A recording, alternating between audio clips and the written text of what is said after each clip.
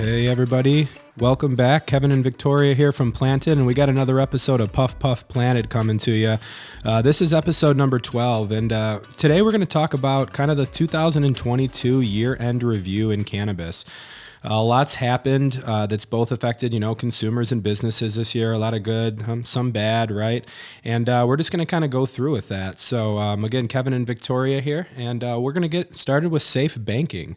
So, you've probably heard the term safe banking in cannabis if you follow the industry at all. And really, that kind of means a lot of different things, but it's, I would say, primarily and specifically how we handle cash and how we do businesses with banks. So many of the large banks and institutions out there right now will not do business with cannabis companies. You're seeing a lot of more local credit unions accept cannabis businesses, and sometimes on a limited basis. So outside of that, though, it's also lending, right? Businesses traditionally need capital, and in order to get capital, they go to institutional lending sources, and those cannot lend into cannabis right now, and many of them don't. And then lastly, obviously, becoming publicly traded and things of that nature are all affected by this. So it's kind of an overarching term for just banking and how we do business. And actually, Victoria, if you could comment too a little bit about on debit cards, I think that's another one that really kind of touches the consumer, right? Yeah, for sure. I mean, in the business that we're operating in, industry that we're operating in, we are really forced to do cash, like a cash basis, which is, for me, and as a business, and like you said, for lending purposes and for startup cash, I mean, it makes things difficult.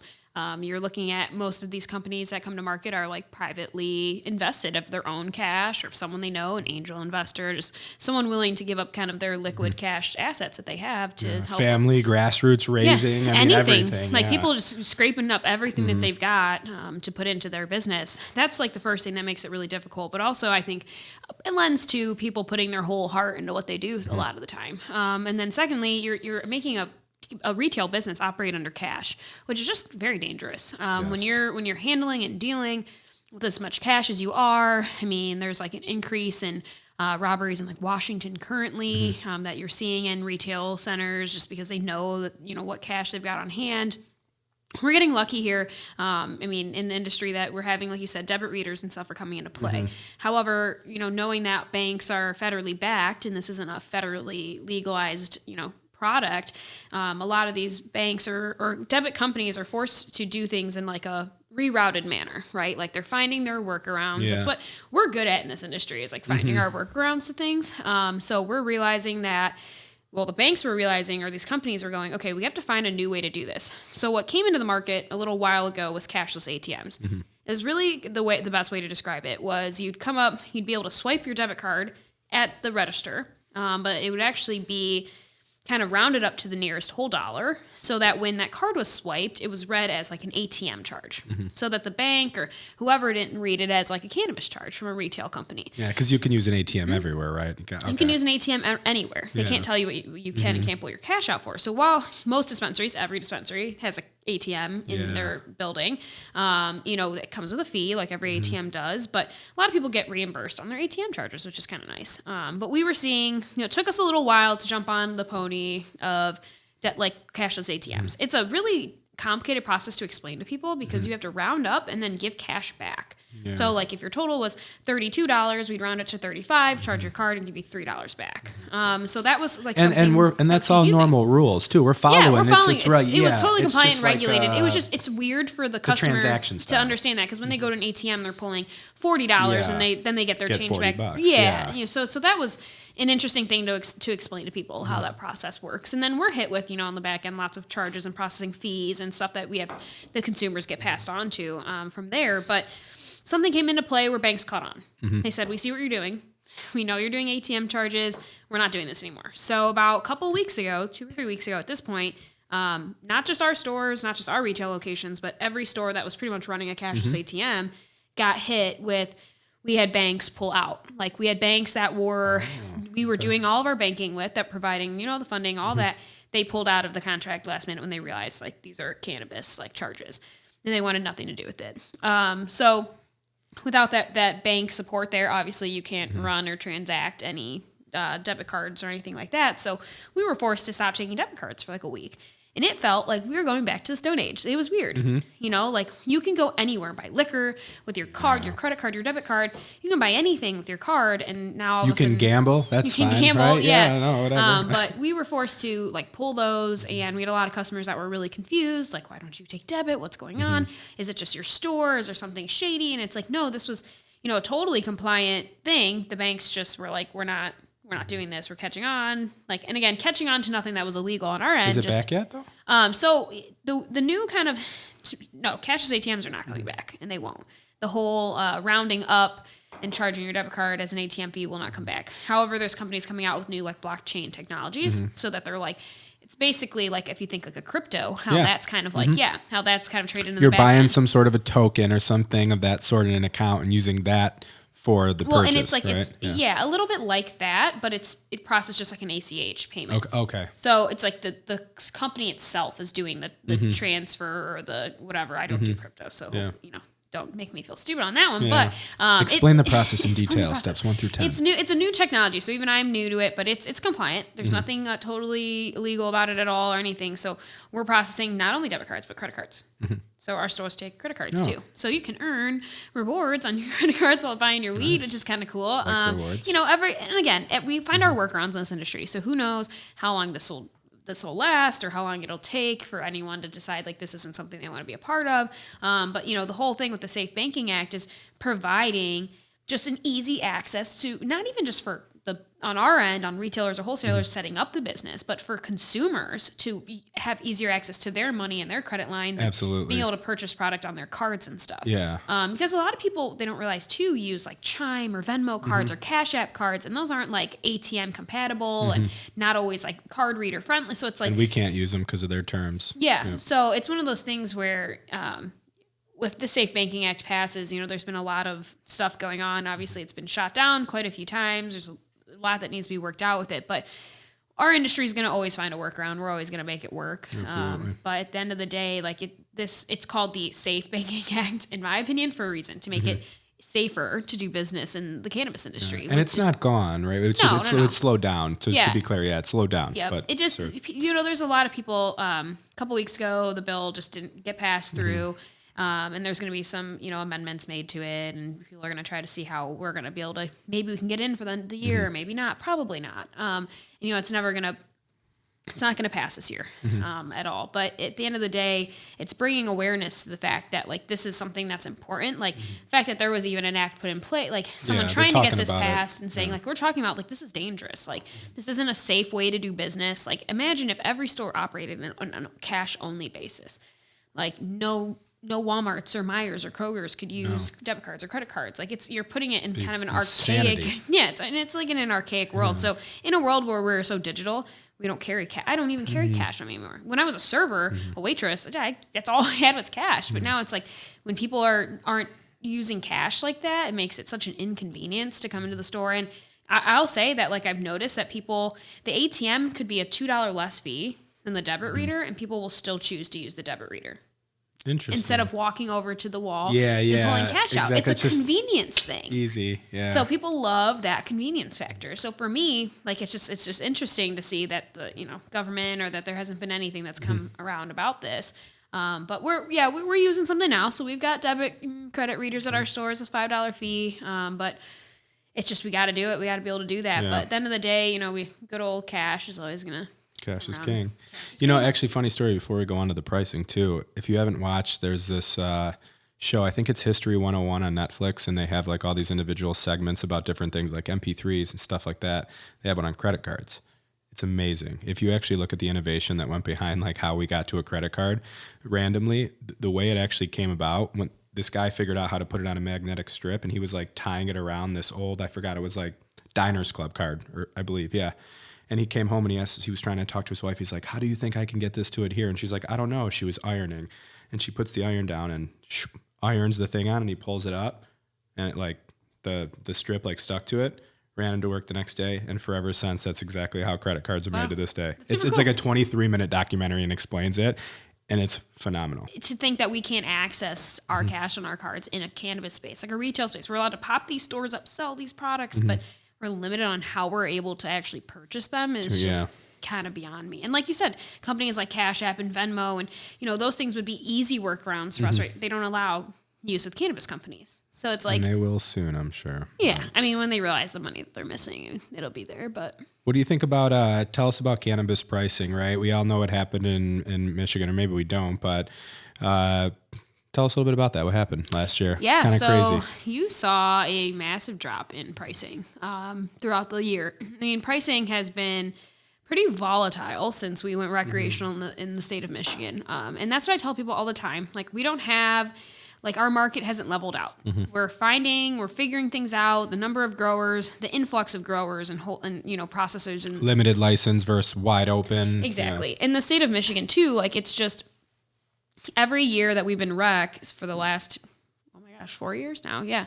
For the last 4 years, we've been in a flux of growers coming into the market, growers leaving the market, growers coming into the market, leaving the market, craft cannabis, large cannabis companies. And so corporate cannabis, whatever it is. But we saw just like an influx of specifically growers in the market, and not only just growers, but processors and stuff. Yep. So what you saw was a huge drop in like the average price of an ounce of flower. I mean, I remember coming into the market recreational, and it was like very standard to pay $300 to $600 an ounce of flower. And now you're looking at places selling like $30 ounces, 46. I mean, and let me remind people that when you get a $30 ounce, like, you're getting a $30 ounce, right? Like, you're paying for what you're getting. Like, people are expecting to come in and I want a $50 ounce and it be this gorgeous indoor grown. Most of the time it's outdoor grown. Yeah, of course. I mean, and there's a greenhouse place, grown, right? And there's a place for it. But you have to know what that price point is. It's just like beer and alcohol craft. Yeah. It's like the same thing. Yeah, it's getting a natty light versus giving like a Stella, right? So and there's a night for a natty light, and then there's many nights for Stellas, exactly. Right? Yeah. So I mean, and that's the thing is that you buy it based on the value that it provides to you, right? So I smoke some outdoor stuff that's friggin' awesome. So it's not anything about that, but it's you can expect the quality to go along with the pricing of it too. So we saw a lot of, and in the sad part too, in seeing prices that low are knowing what I know in the industry knowledge I have, and that probably you have as well, that these growers aren't making money, right? Like, they're trying to just cover overhead and cost. So it's sad to see and that, a lot of that cost from regulation right. that we are going to also see come back too. So there's going to be opportunities for these same growers that have some of these roadblocks they do now. Those should start to come back. Even like the last topic, there's going to be easier ways, but we found out it's not as easy. Right, and right now, what's kind of, it's like weeding them out. Like, those who cannot hang right now, there's a lot of growers who are just covering costs and covering overhead. And if they can get through this like massive surgence of growers in the market and like come out like with their business still intact, like, they're going to do really well on the other side. Yeah. But it is hard to watch the industry go in this total flux because there are some companies that drop their pricing super low, and then on the wholesale end, and then there's companies that keep their prices the same because like they're trying to they created a brand, they created a value, they created a product that they're proud of, and it's like, I don't want to sell it for $2. Like, I know it's worth more than that. And so like it sucks to try to like pass it along to the consumer sometimes, where it's like, you may have a product they've loved and used for the last 2 years, but now there's something sitting on the shelf that's equal milligram, it's a hybrid, but it's made with boof distillate or something that's not great. And so it sucks, to know that there are companies that are struggling. You find a lot like in this struggling markets too, that like these companies aren't getting paid on their invoices and stuff like that. And so you notice just like price drops across the board because people are trying to move inventory. They're trying to just get in stores. Yeah. So you see that, and it's reflected, like, especially in the saturated markets that are, Flint and Jackson and Detroit and Ann Arbor, like, you're seeing these prices hit the low that you've seen on like concentrates being $7, $8, $9, $10 a gram. And you're seeing carts that are $5, $6, $10, and it's like, oh my God, like $12 a cart. Like, I've never seen that before. Right. And so the consumer also needs to realize that this is while it can go completely down, it can go completely back up. So it's people naturally, there's a natural progression in that, because I mean, think about it. You're always going to have a lot of players that want to jump in. Some people are not going to make it. And then there's going to be a few that have to start focusing on efficiency. Back in the day, you could print money in a sense during some parts of the market. But yeah, it's just matured a little bit. Any mature market, when you look back at the .com boom, there's still a ton of wonderful internet companies around, right? Yeah. Yes, there was a boom at one time, but people that stay in it can be very rewarding. So yeah, I know personally, I have a great outlook on the cannabis space. Some of the things we're going to actually keep talking about. Yeah. I think a lot of resurgence of craft cannabis is going to be huge. Like I said, in a maturing industry, like even when you look back at beer, you start to see if you look at the numbers, craft beer dominates in a lot of states. And the other part of the industry does well also. So if we start getting these things in place, like banking and becoming more efficient as an industry, we can still all profit. It's just a different world, bottom line. Well, and too, like, I know we ended the topic on safe banking, but a big part of not having that banking and we have to be creative with our money and we have to run lean as a business. So like, that's a good thing.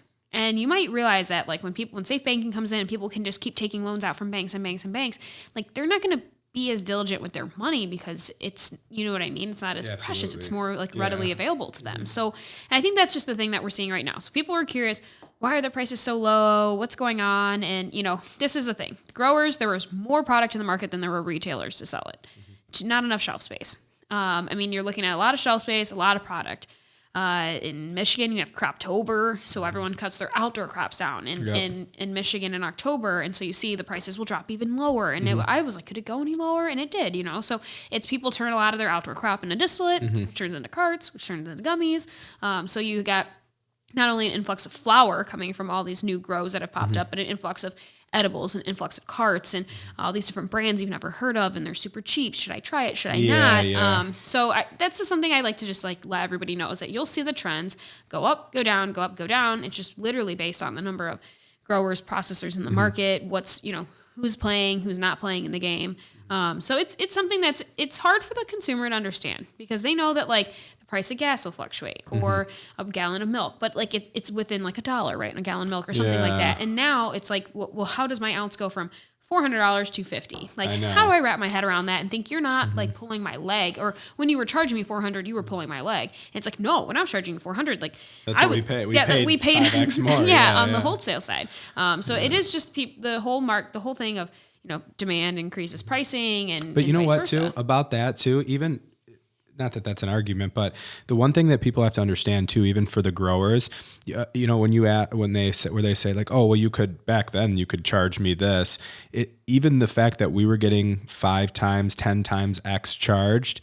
When you look at the growers and the people we were getting charged by, their costs were also much higher. Because like, look, I'm in the equipment space in a sense, right? And there's even like lights, infrastructure, wood, panels, everything that goes into it. All those materials also some of them went up in building supply materials, but some of that cannabis equipment went down in cost. So their costs got a little bit less, and that's why they're also able to offer it less. So it was really like all parts of the supply chain did adjust accordingly. Yeah. Like nobody was ever, were we more profitable? All cannabis companies a little bit ago, yes, but it was never like the furious gouging. Yeah, and I can't imagine it going all the way back up to where it was, but I can't imagine it staying as low as it is either. I mean, it's in those super saturated markets, it's like a race to the bottom for a lot of these companies. What they don't realize too is they're like, oh, this company sold me a cart for $6. But I'm like, they're making like 50 cents on that. Like they're not making, like you want your dispensaries to stay open and operating and able to serve you cannabis. Like they have to make money to keep their doors open, to pay their employees, to cover their costs, to buy their products, to pay our freaking taxes that are wildly insane that people can't even wrap their freaking head around. I mean, you're talking hundreds of thousands to millions of dollars in taxes a year. And we don't get to write anything off. Which you're seeing a lot of people struggle right now because they didn't take care of that early on. They didn't plan for it, so you got to be careful. And that's what you do when you're struggling, right? Like you have to use whatever cash you have for product or for the marketing, to just get your name out there, to get people coming into your shop. But then you get hit with the tax bill at the end of the year and it's like, oh, God, how are we going to survive this? So, just want to let the consumer know that like we're always as a company willing to meet and lower price. Like I want to pass those savings on to the consumer all day, every day. Yeah, but there's a lot of companies that have to come out here and basically sell a product for what they bought it for just to get you in their door. I know. And that's just, sometimes it's heartbreaking because these people pour everything that they have into something. So yeah, I would just expect pricing came down a ton. I would expect it to fluctuate back up at some point. I mean, it's going to happen probably in the summer, springtime when demand goes back up. Well, here, you know what? That next topic is probably a way that I think that price will come back up. And here's why. So when we talk about micro licenses, right? So we talked earlier, we said, hey, I think craft is personally going to be something that's going to shine. And especially with a few of the other topics we'll discuss, minor cannabinoids and things of that nature. When you start making cannabis more of an experience-based, whatever you'd call it, an experience-based experience, right? To where you can kind of change what you want to accomplish by changing your product. I want to sleep. I want to clean the house. I want to slow down, be more thoughtful, whatever it may be, right? Creative, yeah. Yeah, exactly. So some of these micro licenses, what they're basically allowed to do is they can produce, craft and specialty products up to 150 plants. It's 21 and up to purchase it. You have to be licensed, some requirements. Yeah. It's a micro business. Yeah. And now the biggest thing is they can't sell to other suppliers. They basically control their entire supply chain and have to package it. But you start seeing some of these people that are able to not have to focus on profitability with 100 employees. They can experiment and come with new products. I don't even think they're allowed to carry other people's products. No, they can't. Yeah, they can't sell their product, and they can't carry anybody else's. They can sell and make their own product and sell it. I'll give a random shout out that I have literally no affiliation with, but Winewood Organics in Ann Arbor is a micro business. It's like the only one in Ann Arbor. And it's kind of cool, right? Because there's an upside and a downside. I enjoyed my experience there. It was a really small shop, very intimate. It was cool. Yeah, nice. Haven't been there obviously since I've opened my own our own store, but at the end of the day, it was a really cool experience to go in there and know that the things that you found there, you wouldn't be able to find anywhere else. And they were really were really niche, and there were some cool strains. Listen, and the downside to that was very low potency on a lot of the strains, right? Because they're just doing some in-house stuff, and it's again in-house. Where you're buying the weed is where they're growing. I know, that's really cool. And it's right behind that wall. It's a different experience. Yeah, we got Johnny pressing the hash, you know. So it was something that when I went in there, I was a little underwhelmed because there wasn't a ton of it wasn't a ton of product, right? There wasn't a ton of selection. They didn't have edibles really because they didn't process edibles, but they had some concentrates, some carts, and some flour, and it was cool because they had just a chalkboard. It was like you're going into your local coffee store, ice cream shop, and them listing the flavors of the week, kind of a thing. And so it was cool to check it out and see that experience. And that was why I went, because I was like, there's one micro business. I'm pretty sure only one. There might be more in Ann Arbor. I think there was.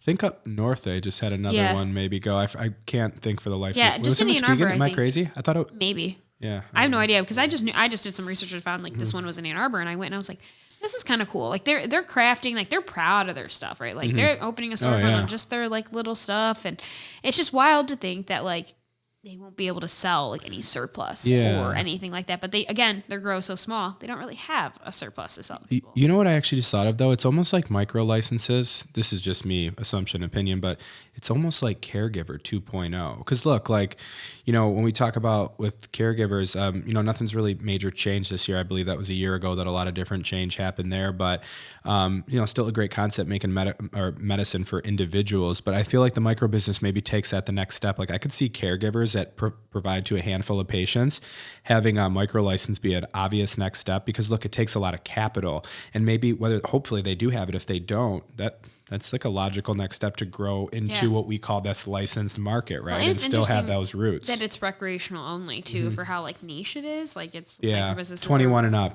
for the micro businesses. Yeah. I just didn't even know it till today. Yeah, I don't know that they do medical. I think it's just recreational. No, sales. that's what that said. 21 and up only. Yeah, so it was pretty cool. They were just doing a lot of fun stuff with their flower, and they were doing little flower flights. And any notable strains? Do you remember? Or? There was an orange. I had cheetah piss the other day. How was that? That's pretty well requested. It was cool. I forgot. It was a strain that was cheetah piss and something else. Runts and cheetah piss. I got it from hold on. I said that was what it was. It was Michigander Fire, and I was like, dealer's choice. It was at an event. Yeah. And he was like, you want a pre-roll? I was like, yeah. I go, dealer's choice. And he gave me this one. I forgot the name, but it was, I swear it was Runts and probably cheetah piss. Rainbow Runts or something. Yeah. Well, what was wild is when I went there, they had a orange sherbet or something. It was I was like, oh, it's 16%. It's a sativa. And I'm like, but the terpene content was crazy. And I went home and I smoked that. And I literally remember going, I'm going in there tomorrow, because they sell them in these cute little wood jars. And it was 1 gram. You could buy 4 1 grams for the price of an 8. It was really cool. So you could split it up and get different strains. But I got this orange sherbet stuff, and I came back. I was like, that was really good for 16%, guy. That's actually cool. It makes you try more. Yeah. So that's where the craft stuff is coming into play, and we'll see eventually that, how sustainable is that business and that license? I'm not sure. I'm not on that end of it. I could see the plus sides and the downsides. It's like you find the product you love and know that that's the only place you can go to get it. Yeah. You know, but then what if you walk in there and you're like, there's nothing in here that is for me or that I want. And maybe that's what it's meant to be too. It's if you think about it, like I also consider that like it's more like that's maybe something to sustain like a family, right, type thing versus maybe a business that could be. But it reminds me of like small local like family owned exactly. like a flower, literally a flower shop where they like have the flowers and they're cutting them and making bouquets in the greenhouse in the back. Yeah, exactly. So and actually that ties in, well, not the same thing, but ties in with consumption licenses. So consumption licenses are getting pretty popular in events. We're just going to briefly touch on it, but basically a lot of people are starting to have events. Right now you can do private events, parties, things of that nature at various buildings, whatever that may be. The biggest thing, as long as you're not selling tickets, right? If it's a private party, you can do those. Otherwise, if it's more, I guess, let's say commercial related, like where you're selling tickets or it's profiting, you have to get what we're calling temporary event licenses right now in Michigan. Yep. Specifically, rules are different everywhere. Some states are more or less friendly with consumption lounges. Comes down to the AHJ, authority having jurisdiction, like the municipality. Like temporary marijuana event license that you pull, you have to have a marijuana event organizer, someone who has prepaid another license, right? Like a marijuana. If Planted wanted to throw a party where we charge tickets to get in, like one of us would have to designate go through, pay $2,000 to become a marijuana event organizer. So then we could apply for a license for a temporary marijuana event. The state's got to get their piece, to throw this event. So it's really interesting that they go through a few layers of you have to have someone who's the main person organizing it, and then they have to apply to get that temporary event license. So that's like the wildest thing is that there's a few hoops to jump through, but it's not impossible. No. So it's been cool to be able to see that like they legalize consumption lounges, saying like, we'll accept them in Michigan. We're cool with it. And I expect it to boom. Like I expect it at some point in the next, not in the next maybe 1 or 2 years, but I'm expecting like in 3 years, 4 years, you're going to see like bars or clubs that are like dab bars and flower bars and things like that. 100%. It's just more so the fumigating of a building when it's like so smoky and stuff. Sweet. Yeah. So I mean, you never know. It's really interesting to see that like I go out with my friends or I go out with my family and I'm not a drinker, right? I'm like I want to smoke. And where can I smoke this joint without offending anybody? As I drink a glass of whiskey, I'm not a drinker. Denial. I'm just kidding. It's one of those things that I'm like, where do I smoke a joint without offending anybody? And where do I smoke a joint without getting in trouble? Because I don't want to go out in the street and smoke a joint and get in trouble. And it's like, I shouldn't have to resort to like eating an edible or something. I want to smoke. That's like my favorite thing to do. Absolutely. So we'll see more of that come around in the next couple of years for sure. Yeah. And speaking of just general legalization of all these cool different ways to experience cannabis, there are some states that recently legalized. And by the way, when we talk about legalization, we're saying when legislation was passed. So let me explain. A lot of times in the states, you can say, hey, this vote just happened and we just passed recreational cannabis, right? So to kind of actually step back, a lot of states were approved already and legal for medical marijuana. There was a lot. And then you started, as everybody knows, recreational or adult use. One after another, states started coming out with adult use. So just most recently with recreational in 2022, we had Missouri, Maryland, and Rhode Island that became legalized. And then on the medical side, Mississippi came in. And remember the first part I said, in 2021, Virginia, New York, Connecticut, New Mexico on the recreational side, and Alabama on the medical side came in. So the people you saw the year before are now the states where you're seeing people actually open up. Because remember, you vote, but then they have to establish a marijuana program, put into rules of the green zone, how it's going to work, this, that, or the other, track and trace system, you name it. The businesses have to go through a lengthy application process so the authorities or the municipalities can pick them. There's this huge process. So usually you're a couple years behind on when people actually like open their doors. But the one thing that I did read while I was actually looking more into this is a lot of the experts say in 2024, that's going to be really the big year for a lot of other states to come online for, again, what we'll call adult use, 21 plus recreational. So if you're in one of those states that's not, and you're watching us, that means maybe we have some followers out of state, and you'll be having marijuana soon, recreationally approved in 2024, hopefully.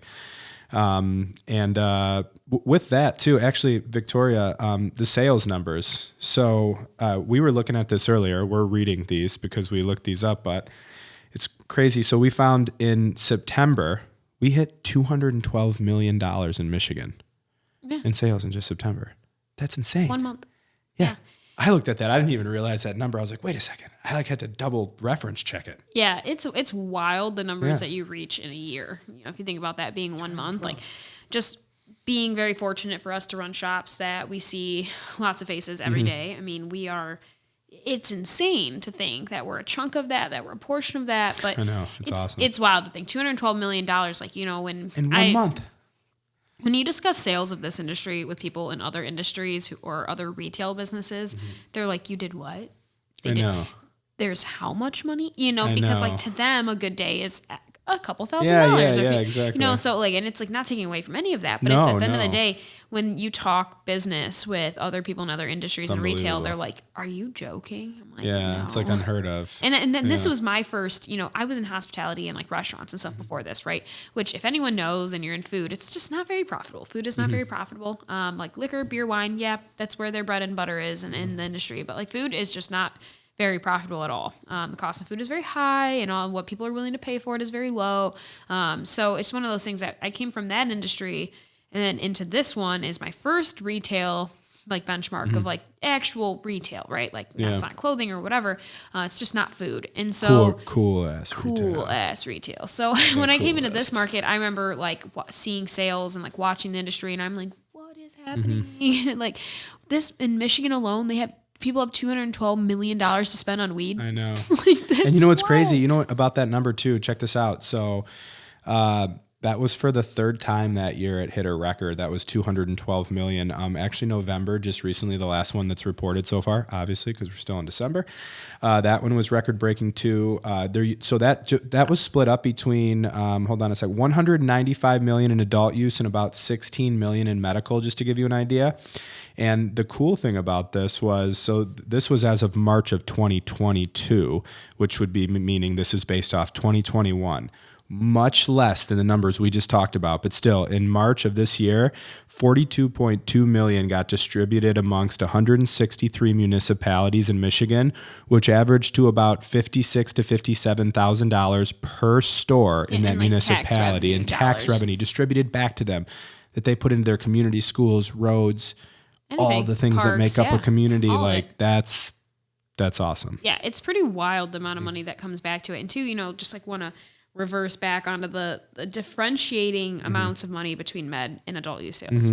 So we have a lot of people that come in and they're seeing a lot of their favorite growers, a lot of their favorite companies and brands, getting out of the medical side of the game and realizing that like when you're talking 120 million to 16 million in sales and demand, so like I'm a medical patient. I'm a medical patient. I love purchasing medically. I love my medical products. I love the quality of my products. I love the tax break on it. But people are coming in like, why isn't this available to me anymore? And it's like, the companies are having to go where the money's at. Yeah.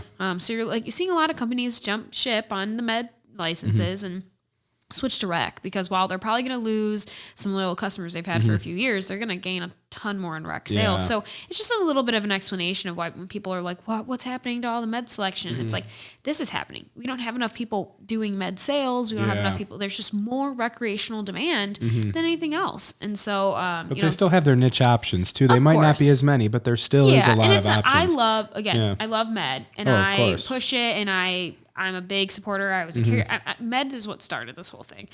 But it's just a little bit of an insight for people when they're, sometimes I don't, when they ask me and I'm like, well, it's just the demand's not there. And sometimes they need to see concrete numbers or hear that to really feel that.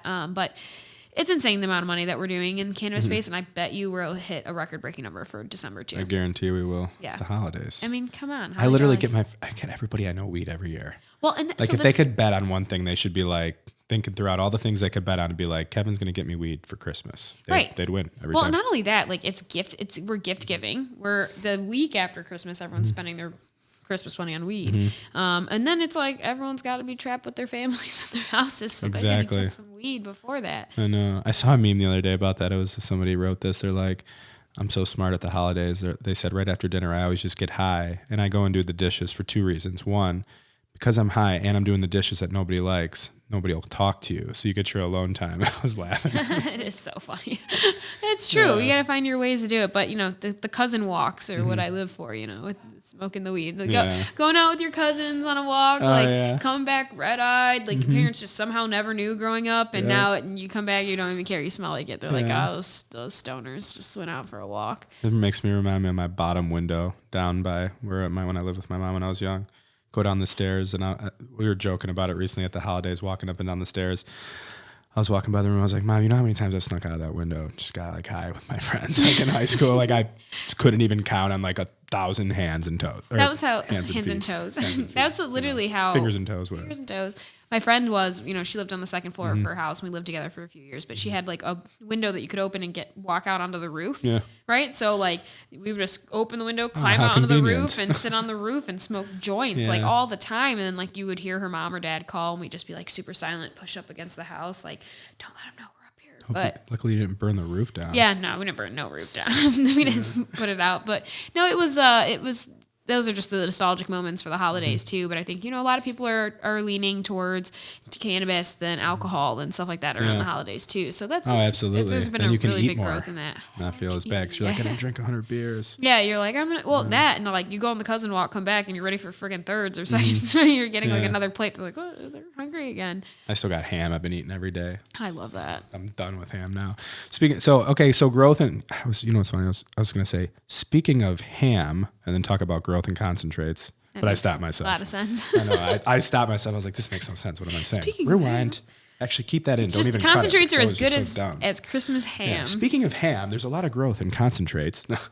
But no, for real, there is a lot of growth in concentrates, which is cool. Everybody knows I'm a fan of concentrates. I love the dabs. But you added this note too. I thought this was cool. Tell them what you said about the concentrates, why you think they're growing. Growth in concentrates for me, the reason I think we're seeing some growth in concentrates in the market is we're getting a tolerance to such high potency THC products. So especially primarily flower. People are coming in and they're asking highest potency. And then they're not getting, and here's the thing. People are like, I don't get high off that anymore. And I'm like, you're getting high. You are just used to the feeling of being blazed, right? Like you're not getting high. Your body all of a sudden wasn't like, this doesn't work anymore. We're not high anymore. It's, you've gotten so used to that it's like very mellow. And then at the end of the day, they're like, well, I want to, doesn't help me sleep as much or doesn't help me with pain as much. And some people just like the recreational high of it. It's like, someone who drinks alcohol all the time and it's like, I have to drink 10 fifths to get drunk, So I'm seeing that there's a growth in concentrates, I think, primarily when people come in and they're like, this just isn't getting me high anymore. And it's like, all right, let's switch to concentrates. And that's, concentrates is a little bit of a broad term when you're talking vape carts and stuff like that. But dabs, we're seeing, resins, I feel like we're seeing more growth in concentrates. What we're talking about here is in like the dabs and the resins, the rosin. So anything, basically non-flower. We'll just say non-flower. Yeah. Vape carts have always been pretty popular. And I think vape carts are attributing to the tolerance to high potency because they're just they're 90+% THC distillate oil and people are smoking those like discreetly and they're chiefing on them like they chief on their breeze pens and, they're building this tolerance to THC. So when they go back to smoking weed, it's like not as, and it doesn't give them the desired effects that they're looking for. So I'm finding that when customers come in and they're switching to concentrates, it's because they went to a buddy's house and their buddy gave them a dab and they're like, I was so fucking blazed off that dab. And I'm like, yeah, dude, I mean, it's like pretty potent stuff. And so you're finding that people are switching to that. For me, I think it's one reason is that the potency, your tolerance to high potency THC is increasing. And two, I think it's just a connoisseur market. People are like finding that this is like a really interesting thing. The flavor, the taste, it really comes out in the high is different. It's a like the people who smoke dabs regularly and like all the time are like people who meticulously care for their dab rigs and they care for like they take so much pride in like their concentrates that they smoke, right? Like you start like give me the cheapest dab, give me the cheapest wax you have, and then eventually you're like, no, I only smoke like good stuff. And so I'm finding an increase in concentrates because the market is maturing for sure. We should have you guys put in the 2023 budget, maybe some ventilation in here so we can do some dabs on camera for our listeners. I think that's Wonderful idea. We'll take that for some. Can we get a sponsor to like you are sponsoring the ventilation in this studio? Yeah. And then We should talk. We are sponsoring the fumigation system. We should talk if we're serious here, right? In Wayne Media. Yeah. No, Matt's like, what's he saying? Yeah. He's like, we ain't sponsoring that. We ain't sponsoring dabs. No, we would take dabs. We would just be sitting here staring at each other. That's funny. But for the most part, we're seeing the growth in concentrates, which is cool. Mm-hmm. I love being in the market. I mean, it was a very small, in the saturated markets, like, like I said, Detroit, Flint, Jackson, like they're flower markets. They love that. Concentrates just aren't a biggest bang for their buck in their opinion, for how they like to smoke. But they look small too, but they don't realize how long they last. Right. That's sometimes a big thing. And that's too. like, it is a big like perception factor. Yeah. But I also think for people who smoke flower, like they're probably rolling like 3, 4, 5, 6 joints a day, and they're smoking all day, right? So this is less satisfying sometimes for people, like dabs, that you take like one dab and that's it. Like, you know what I mean? Like that's your whole experience done in the 5 minutes. This just made me think about with the multiple joints. I don't know if this is real, but like, the little small joints we call them dog walkers? Yeah. Is that because people go out to like sneak out to walk their dog and they smoke them? Yeah, that's why you call them dog walkers, because you smoke it while you're walking your dog. So then, okay. So it's done by the time you're back home. So I thought that was the case. That might People have need been to take their stupid, but I dogs on figured. longer walks, in my opinion. I was just going to say, I'll cheat one of those things. They're I'm like like 0.3 grams. I'm like, my dog gets to the mailbox. I'm like, turn around, time to go inside. That would look bad, though, if I was like lighting 2. Yeah, but I think that's why it's an excuse of, I'm going to go walk the dog, and you take a joint with you, and so you're called dog walkers, so you can get it finished by the time, and I wish my dog went to the bathroom that fast, but then I could use a 1 gram joint and a walk with my dog and still have Aussies will freaking run 7 miles and still be still be good. So the growth in concentrates was one, and resurgence of CBD and ratio products, right? So we talked about this on another episode: 1-to-1 gummies, 1-to-1 carts, 1-to-1 tinctures, but not even 1-to-1, 2-to-1, 10-to-1, 5-to-1, 2-to-5, 3-to-5, name it, right? I mean, and this is just a factor of like what cannabinoids are being pushed together. Sometimes you'll just have people, like I've had family members and friends that they're like, hey, I want to try this for this. I want to relax. I want to sleep, but I don't want to get high. So they'll do like a 20-to-1. What's the one I like? The wild. Yeah. And then what's that? Peach, the one like the CBG. That one is like a 2-to-1. Oh, 2-to-1. What is the 20-to-1? I like that one too. That's a strawberry. That is a strawberry. The wilds. Yeah. Yeah, I like those. But so they have all these ratio products, and then even when we start talking about like the craft cannabis too, people that can make their own infused pre-rolls, things like that. When I say ratio, I mean like, oh, we're gonna put this much CBD, CBG, THC, whatever it may be, THCA. We're gonna put this, and then you had a note here too about some anxiety. Maybe a recommendation. Yeah, so right? I mean, I feel like the increase and resurgence of ratios of product is people like wanting to try products and then not wanting the like anxiety that comes along with it.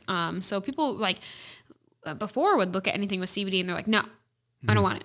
Right? Like, I don't want CBD. I'm trying to get high. But people are realizing like the medicinal effects of it. Like actually, when taken together at the same time, CBD can like enhance your high and enhance your effect because it's the entourage effect of the multiple cannabinoids. Yeah. So, or take it down with a multiple CBD over the THC. And it's usually right? like if you take a gummy that's just THC and you're like, I'm too high. And 45 minutes later, you want to take a separate dose of CBD and add it to your body. You're going to like lower that high. You're going to like lower your psychoactive high that you're experiencing, help with the side effects that are anxiety, paranoia, whatever you may get, which go away with tolerance. Absolutely. And I will say that, they go away. Those things do go away with tolerance over time. But for some people, like my dad, hey, I've got back pain. I want to sleep, but I ate one of those like just straight MKX gummies, and that thing, like I was too high to freaking go to bed. Like I was freaking out. And so I'm like, okay, let's get you a 1-to-1. So we took those and he's like, that was awesome. And for a lot of people too, it's too much. Too much THC is too much. So they go to sleep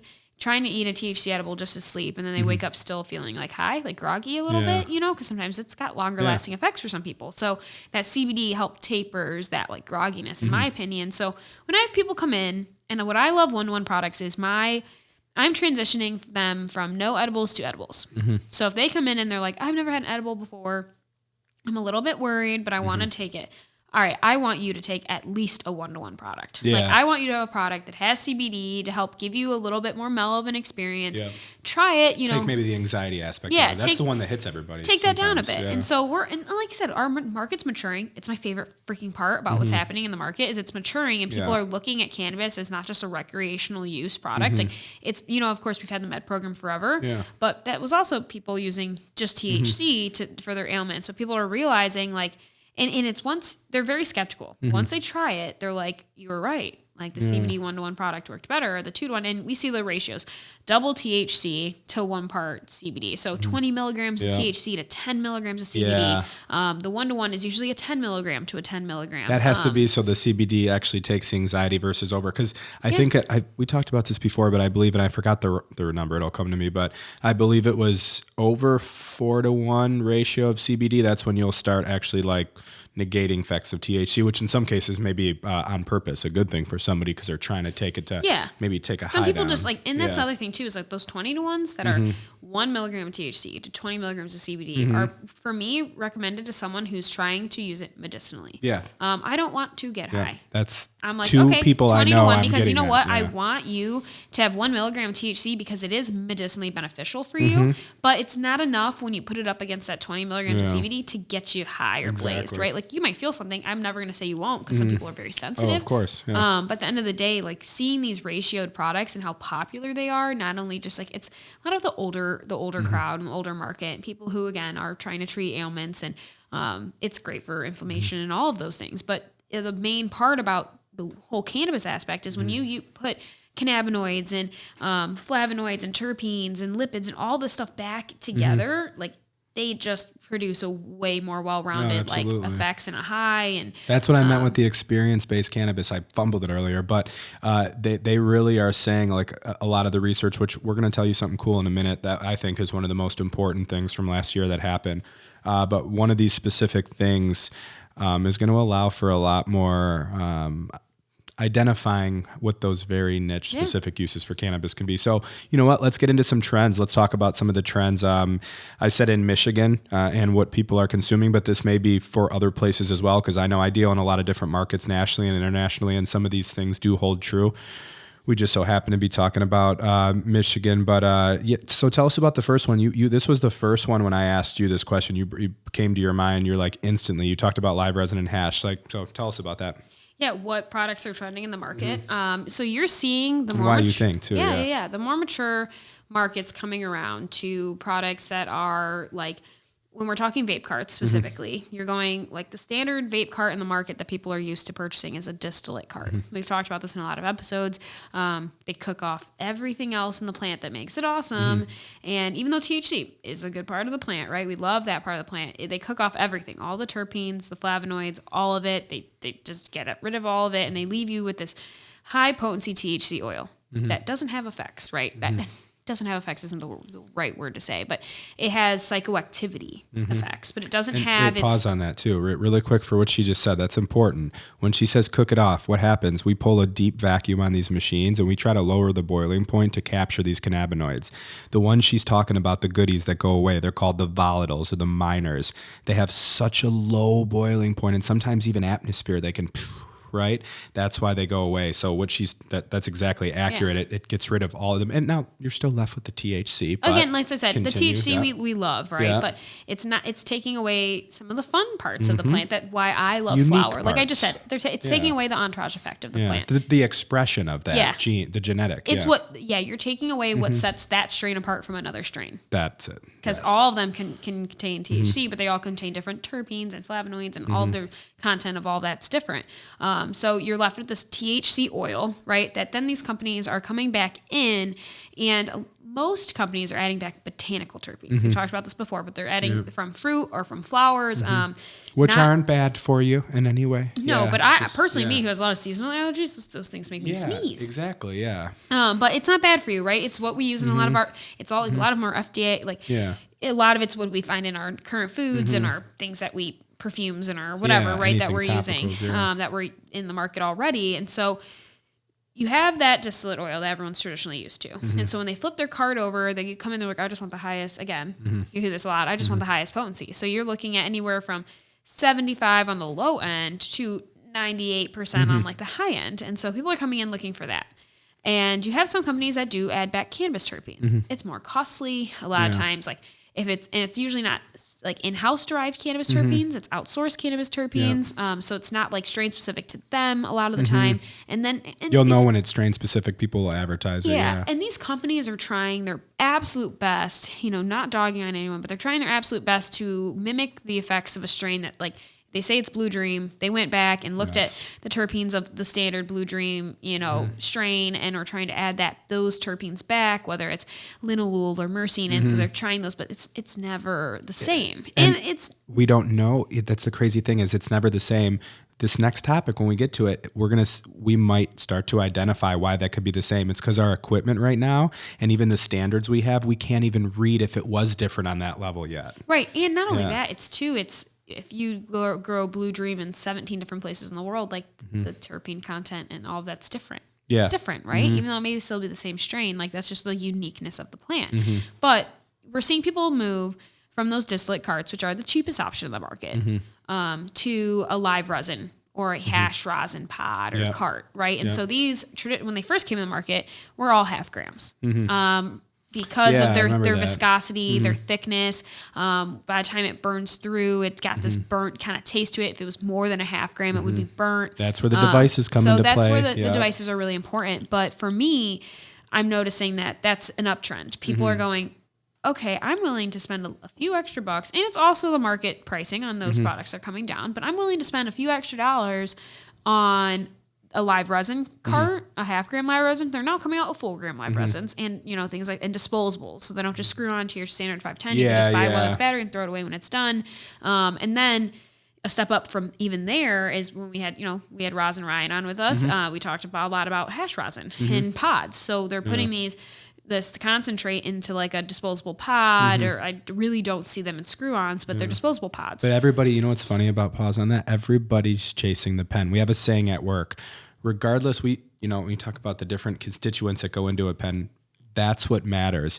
So these devices, ultimately, every consumer is chasing the pen. Dabs will be popular for connoisseurs, but one of the most, this is not coming from me, but one of the markets a lot of people target is that 35 to 60-year-old market, and they want the convenience a lot of times. Well, and that's the pen is the convenience, the discreetness, all that. But in smell, people, no the smell, right? Hit it in the bathroom. Live Not resins saying to do that. Don't do it. Live resins in the rosin pods definitely have more of a weedy smell. But you're just seeing that the market come around to be more mature, to appreciate those products and realize why they are a little bit more expensive. You need less. You really do. Yeah. You really do. They You don't last burn. longer. They last longer. You don't burn through them the way that you burn through a distillate cart. I mean, there's some people that I know personally that'll buy a distillate cart and then like 2 or 3 days it's gone. And I'm like, well, I don't smoke carts like that, so it's hard for me to wrap my head around. But I'm like, how did you do that so fast? Yeah. Like, what do you My mean? cart's like my on the go. Yeah, and it's just like when you need it. But I'm seeing a trend in that for sure in the rosin in the vape carts. Now when we're switching over to like concentrates, cured resins and live resins and shatter have always been kind of that, or at least shatter, and those have always been very popular because that's what people knew. I'm seeing an uptick in solventless. So I'm seeing an uptick in hash, products that people want, rosin. They're willing to spend that extra buck. Again, prices are coming down to where it's like I can jump the 10 or 15 bucks versus I'll jump the 40. And if you're interested in what she just said, we have an episode on that. If you're watching this one before the other one, the last one, 2-part series on solventless and rosin and what that is, check it out. Sorry, plug. No, I don't plug. know. Episode 11, Rosin right? dot Ryan. Yeah. Ryan Episode Lacates, 10 Rosin Ryan. and 11. Yeah. Yes. I think we had a 2-part series. So it's been fun to see the uptrend in that people are willing to look at these products and see their value because they are very good products. And not that cured resins aren't great, and we talked about that in the whole episode. We love our resins, but the rosins are coming around to being more popular, and people are willing to fork over a little bit more money for it. I mean, we pay a little bit more money for them, so that's just the case. But at the end of the day, like, it's cool to see Which those we trends. know why after that episode. Yeah, and people are realizing that like the terpenes and all that are really important in what they're smoking. Yeah, and okay, so then nothing crazy to talk about here. We've talked about this before too, but just another thing we just noticed is we've seen some interest in CBN, CBG, and THCA. Quick call out. We've talked about CBN and CBG, popular cannabinoids. But THCA is a really good one for everybody to look into. We'll probably do an episode on it, so I'm not going to cover it much here, but you should check it out medicinally, holistically. It's something that's gaining popularity for a few different reasons. We've seen infused pre-rolls go bonkers, and pre-rolls in general, they're always going to be a convenience factor and awesome. Who doesn't love a pre-roll? And again, nothing much to comment on. We've seen a little bit of slow growth in the beverage space, but to be expected. there's a lot of new products, innovative coming out.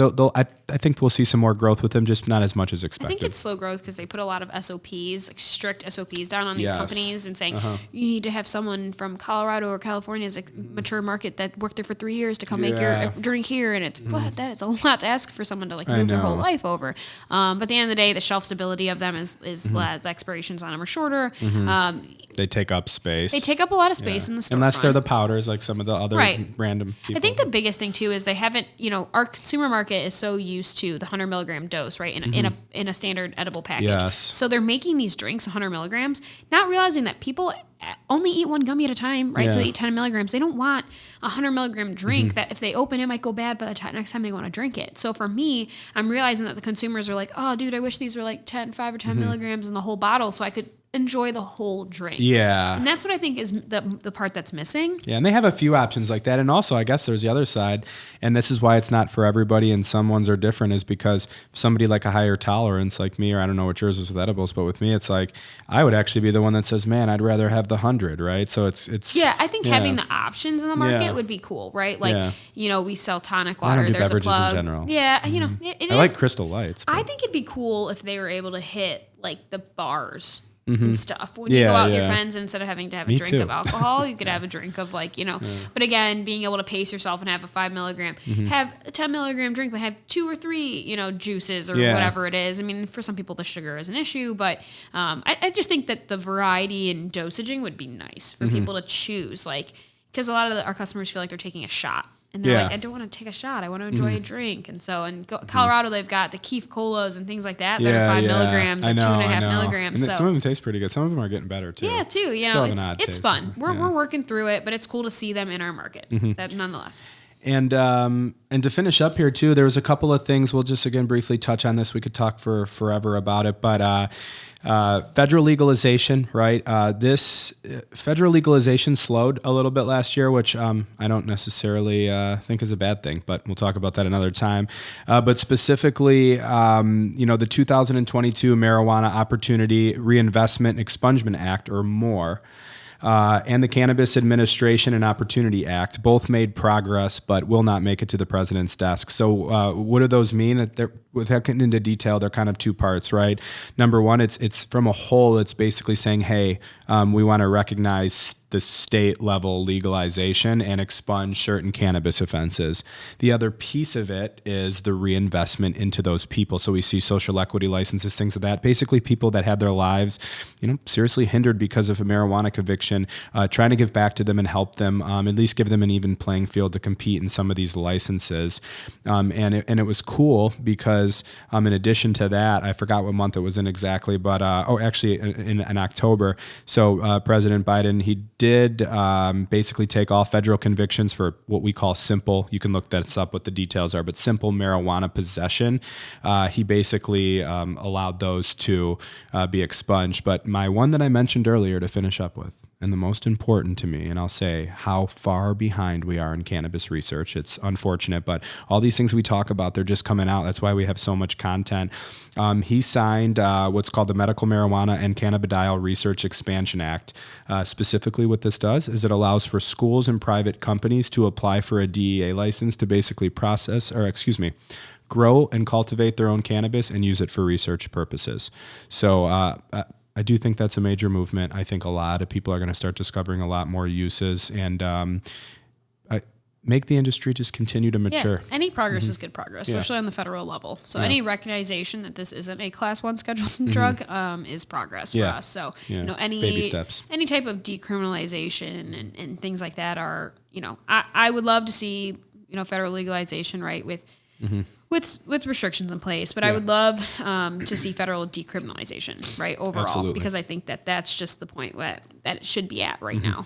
But yeah, any progress is good progress. I mean, it's slow, but it's making its way there. And for people in the space, it's hard to not feel eager or want this to become faster. But we're in a progressing society, and those are things that we should just be happy that we're able to be where we are. We're today. moving the needle, and that's all that matters. So that was a little bit of a recap on 2022, and we're excited to see where 2023 takes us for cannabis, right? We'll have another one of these next year. And along for the ride. Tune in for our next episode of We don't know yet, but we'll figure out a cool one. We have a few people that we been talking to bring on and a couple of awesome topics. So yeah, check us back, and thanks for joining us on Puff Puff Planet episode 12. Cheers, everybody. Yeah. Happy New Year, everyone. Happy New Year. See ya.